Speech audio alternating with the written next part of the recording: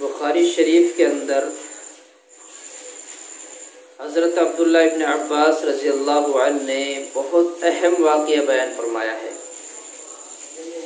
وہ یوں فرماتے ہیں کہ ایک مرتبہ نبی کریم صلی اللہ علیہ وسلم مدینہ طیبہ کے ایک باغ سے گزر رہے تھے۔ اس باغ کے اندر قبریں تھیں، قبرستان تھا، تو وہاں دیکھا کہ دو قبروں میں عذاب ہو رہا ہے۔ نبی کریم صلی اللہ علیہ وسلم نے ارشاد فرمایا کہ یہ دو قبر والے اس وجہ سے عذاب میں مبتلا ہیں کہ ان میں سے ایک چغل خور تھا، چغلی کرتا تھا، اور دوسرا شخص پیشاب کے چھینٹوں سے نہیں بچتا تھا۔ نبی کریم صلی اللہ علیہ وسلم نے کھجور کی دو ٹہنیاں منگائی اور ان کو کاٹا، کاٹنے کے بعد ان کی قبروں پہ گاڑ دیا۔ صحابہ نے عرض کیا، یا رسول اللہ، یہ آپ نے ایسا کیوں کیا؟ فرمایا نبی کریم صلی اللہ علیہ وسلم نے، جب تک یہ ٹہنیاں ہری رہیں گی اس وقت تک ان کو عذاب قبر کم ہوگا۔ تو اس حدیث سے ہمیں پتہ چلتا ہے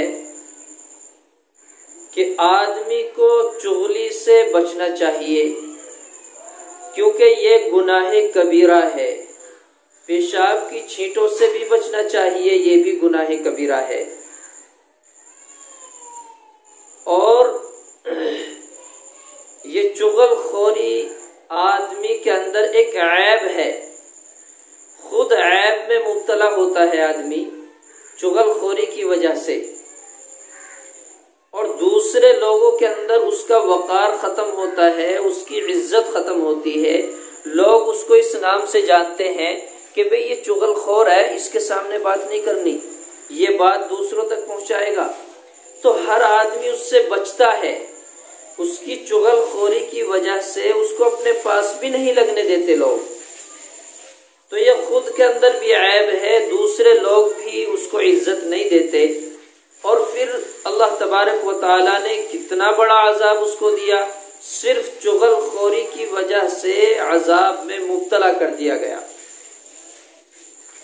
دوسرا گناہ پیشاب کی چھینٹوں سے نہ بچنا۔ بعض مرتبہ ہم یہ غلطی کرتے ہیں کہ ایسی جگہ بیٹھ کر پیشاب کرتے ہیں کہ اس کی چھینٹیں ہمارے کپڑوں پر آتی ہے، یا اتنی عجلت کرتے ہیں، جلدی کرتے ہیں کہ پیشاب کیا اور فوراً کھڑے ہو گئے، اب جو باقی آنے والے قطرے تھے وہ ہمارے کپڑوں پہ لگنے شروع ہو گئے، یہ بھی اسی میں شمار ہوتا ہے۔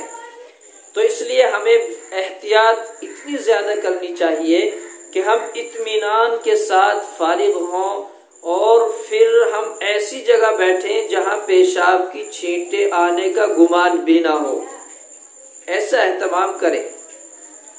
یہ خود ایک نجس ہے، یہ ایک خود بیماری کا ایک ذریعہ ہے۔ پیشاب کی چھینٹوں سے نہ بچنے کی وجہ سے بیمار بننے کا بھی خطرہ ہوتا ہے، اس لیے ان دو باتوں سے بچنا چاہیے۔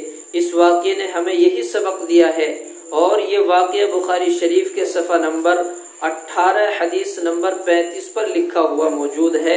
اللہ تبارک و تعالی مجھے بھی آپ کو بھی چغل خوری سے، پیشاب کے چھینٹوں سے بچنے کی توفیق عطا فرمائے، آمین یا رب العالمین۔